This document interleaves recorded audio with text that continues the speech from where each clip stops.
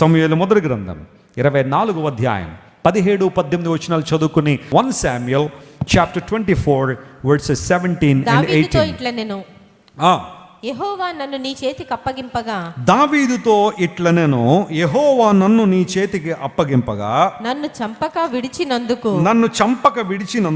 ఈ దినమున నీవు నా అపకారమునకు ఉపకారము చేసిన వాడవై.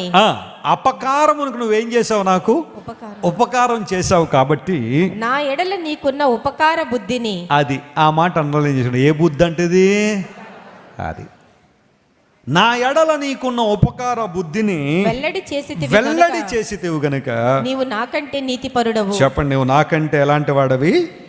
నీతిమంతుడు. ఈ మాటలు చెబుతుంది ఎవరు? సౌలు. వండర్ఫుల్. ఈ మాటలు చెబుతుంది సౌలు. ఎవరితో చెప్తున్నాడు? దావీదుతో. ఎందుకట నువ్వు నాకంటే నీతిపరుడు అని ఎందుకన్నాడు అంటే, సౌలు దావీదును చంపడానికి 3,000 మందిని వేసుకుని తిరుగుతున్నాడట. ఎంతమంది అంటే ఇమాజిన్, 3,000 మంది అంటే చిన్న విషయం అండి. 3,000 మంది వాళ్ళు ఏమన్నా సామాన్యులంటే కాదే. వాళ్ళందరూ యుద్ధ నేర్పడతనం గల వారు.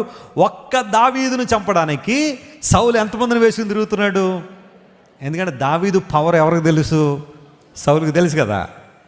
ఏదో దావీదుని చంపేద్దామని తిరుగుతున్నాం, కానీ దావీదు కనుక నిజంగా నిలబడితే సౌలు ఉండగలడా?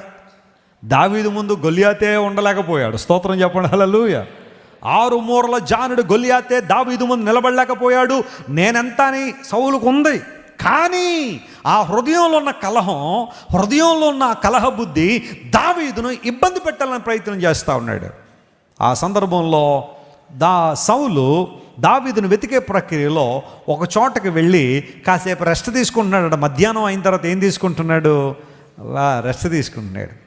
ఆ పైన వచ్చిన మనం చదివితే 3వ వచనంలో, మార్గంలో ఉన్న గొర్రెల దొడ్లకు అతడు రాగా అక్కడ గుహ ఒకటి కనబడెను. అప్పుడు సౌలు శంఖానవర్తికి పోయాడట. ఇది చాలా మందికి తెలుగు మాటే కానీ చాలా మంది కాదు. శంఖానవర్తికి వెళ్ళడం ఏంటండి అని కొంతమంది అనుకుంటే, ఆ శంఖానివర్తి అనే తెలుగు పదానికి ఇంగ్లీష్లో టు రిలీవ్ హిమ్సెల్ఫ్ అనే మాట ఉంది. బైబిల్ పండితుల మధ్య ఈ మాట గురించి చాలా తర్జన జరిగినాయి. సౌలు శంఖానవర్తికి వెళ్ళాడంటే వాట్ ఈస్ దట్ అనుకున్నారు. కానీ ఫైనల్గా అతడు మధ్యాహ్నం భోజనం అయిన తర్వాత కాసేపు ఏం తీసుకున్నాడు అనమాట? రెస్ట్ తీసుకున్నాడు. అది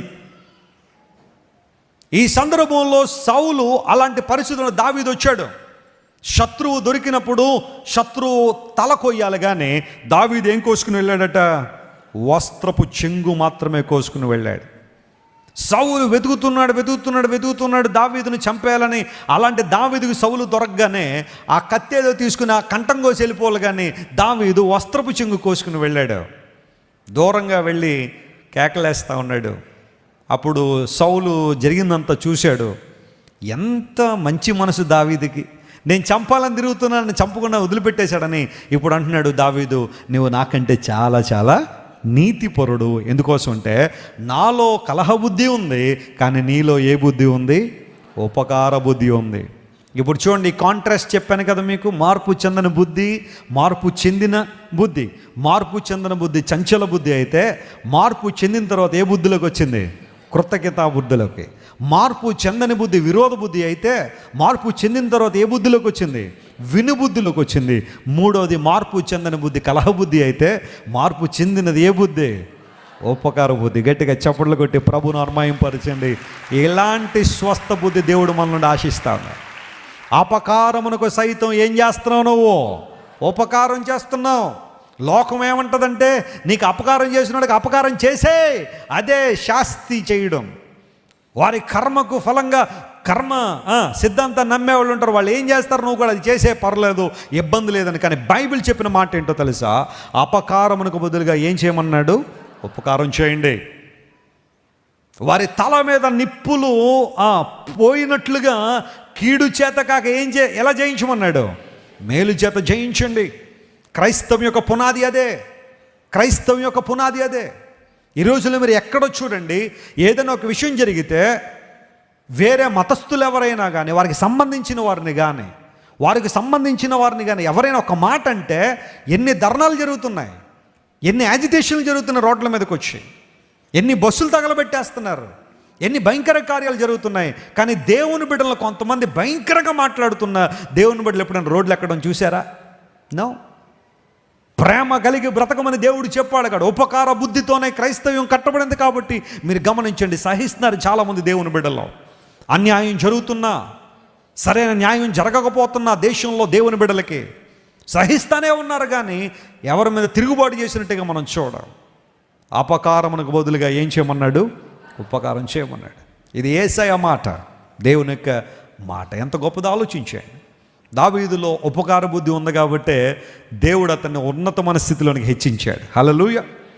అపకార బుద్ధి ఉన్న సౌలు ఏమైపోయాడు? కొంతకాలానికి నశించిపోయాడు, నిరసిల్లిపోయింది కుటుంబం అంతా.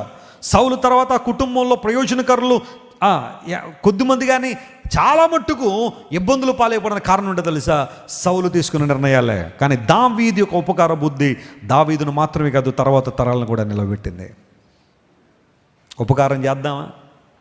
మేలు పొందుకున్న వారికి మేలు చేయడం గొప్ప కాదు, కానీ కీడు పొందుకున్న వారికి కూడా ఏం చేయడం గొప్ప? మేలు చేయడం గొప్ప. అలాంటి స్థాయికి ఎప్పుడు వద్దాం మనం? అలాంటి స్థాయికి ఎప్పుడు వద్దాం? దేవుని కృపలో మీరు వర్ధిల్లాలని ఆశిస్తే ఉపకార బుద్ధిని కలిగి ఉండాలని ప్రభువు ఆశిస్తున్నాడు.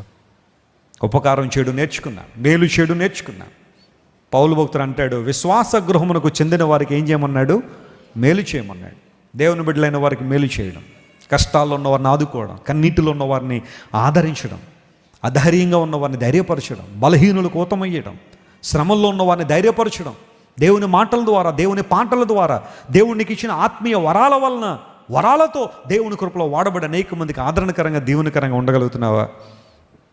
ఉపకారం చేయడం నేర్చుకోవడం చాలా చాలా ప్రాధాన్యమైన అంశం.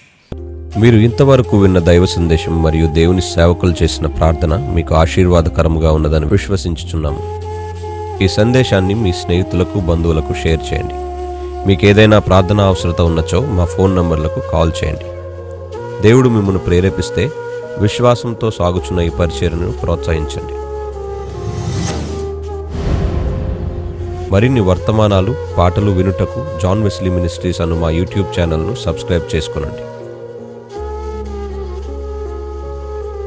ప్రభువైన యేసుక్రీస్తు కృప మీకు తోడైండును గాక.